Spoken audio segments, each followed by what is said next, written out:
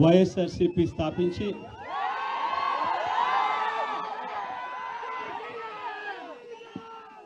పదహైదు సంవత్సరాలు దాదాపుగా ఈ రోజుతో మొదలవుతా ఉంది. ఈ 15 సంవత్సరాల ఈ వైఎస్ఆర్సీపీ ప్రయాణంలో మొట్టమొదటి రోజు నుంచి ఈ పార్టీ పుట్టింది కష్టాల్లో నుంచే పుట్టింది. ప్రజల కష్టాలను వైఎస్ఆర్సీపీ పార్టీ తమ కష్టాలుగా భావించి ప్రజల తరపున వాయిస్ ఆఫ్ ది వాయిస్లెస్ కింద ప్రతి అడుగులోనూ పోరాటం చేస్తూనే వస్తూ ఉంది వైఎస్ఆర్సీపీ. ఈరోజు ప్రతిపక్షంలో మనం కూర్చోవడం కొత్త కాదు. ఈ 15 ఏళ్ల మన ప్రయాణంలో 10 సంవత్సరాలు మనం ప్రతిపక్షంలోనే ఉన్నాం. దీటైన సమాధానం అధికారంలో ఉన్న వాళ్ళకు ఎప్పుడు ఇస్తూనే వచ్చాం. కళ్ళు మూసుకొని కళ్ళు తెరిచేసరికి సంవత్సరం అయిపోయింది. ఇప్పటికే మరో 3 సంవత్సరాలు 4 సంవత్సరాలలో మళ్ళీ ఈసారి వచ్చేది మళ్ళీ వైఎస్ఆర్సీపీ పార్టీనే.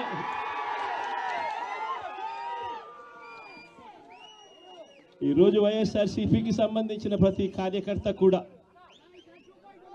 గ్రామంలో ఉన్న ఏ ఇంటికైనా కూడా వెళ్ళొచ్చు.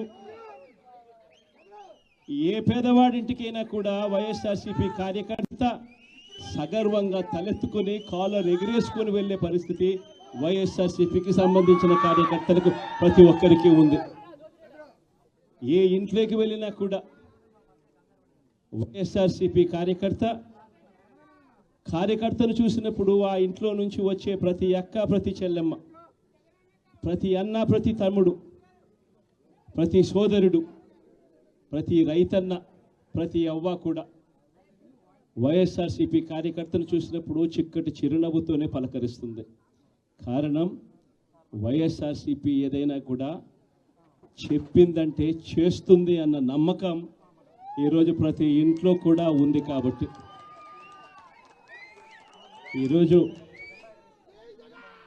అటువంటి పరిస్థితుల మధ్య ఈరోజు యాదృచ్ఛికంగా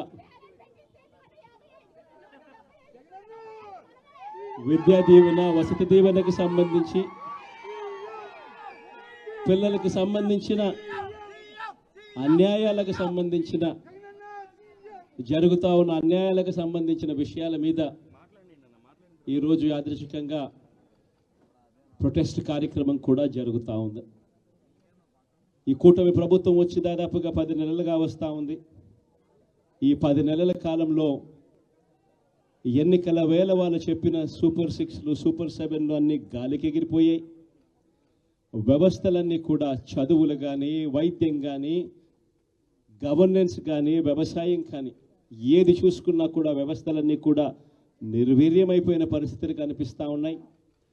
ఈరోజు పిల్లలకు సంబంధించిన ఫీజులకు సంబంధించిన బకాయిలు కూడా సంవత్సర కాలంలో ఫీజు రీఎంబర్స్మెంట్కు కావాల్సింది ఒక్కొక్క క్వార్టర్కు 700 కోట్ల రూపాయలు చొప్పున సంవత్సరానికి 2800 కోట్ల రూపాయలు విద్యా దీవెన కింద 4 క్వార్టర్లకు సంబంధించిన కేటాయింపులు చేయాలి.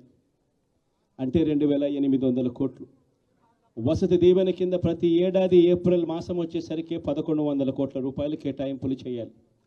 అంటే గత ఏడాది ఈ 1100 కోట్లు, 2800 కోట్లు, ఈ రెండింటికి సంబంధించి 3900 కోట్ల రూపాయలకు కేటాయింపులు చేసి ఖర్చు చేసి పిల్లల చదువులను ప్రోత్సహించాల్సిన పరిస్థితిలో ఈ ప్రభుత్వం చేసింది ఏమిటి అనంటే కేవలం 700 కోట్ల రూపాయలు మాత్రమే ఇచ్చి చేతులు దులుపుకున్న పరిస్థితులు.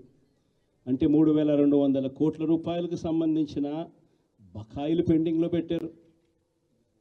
అదే మాదిరిగా మళ్ళీ ఈ సంవత్సరం 2025-26కు సంబంధించిన ఈ సంవత్సరానికి సంబంధించి ముందుకు పోవడానికి ఈ సంవత్సరానికి సంబంధించిన విద్యా దీవెన కింద 4 కోట్లు, ఈ విద్యా దీవెనకు సంబంధించి ఈ 2800 కోట్లు మళ్ళీ కావాలి.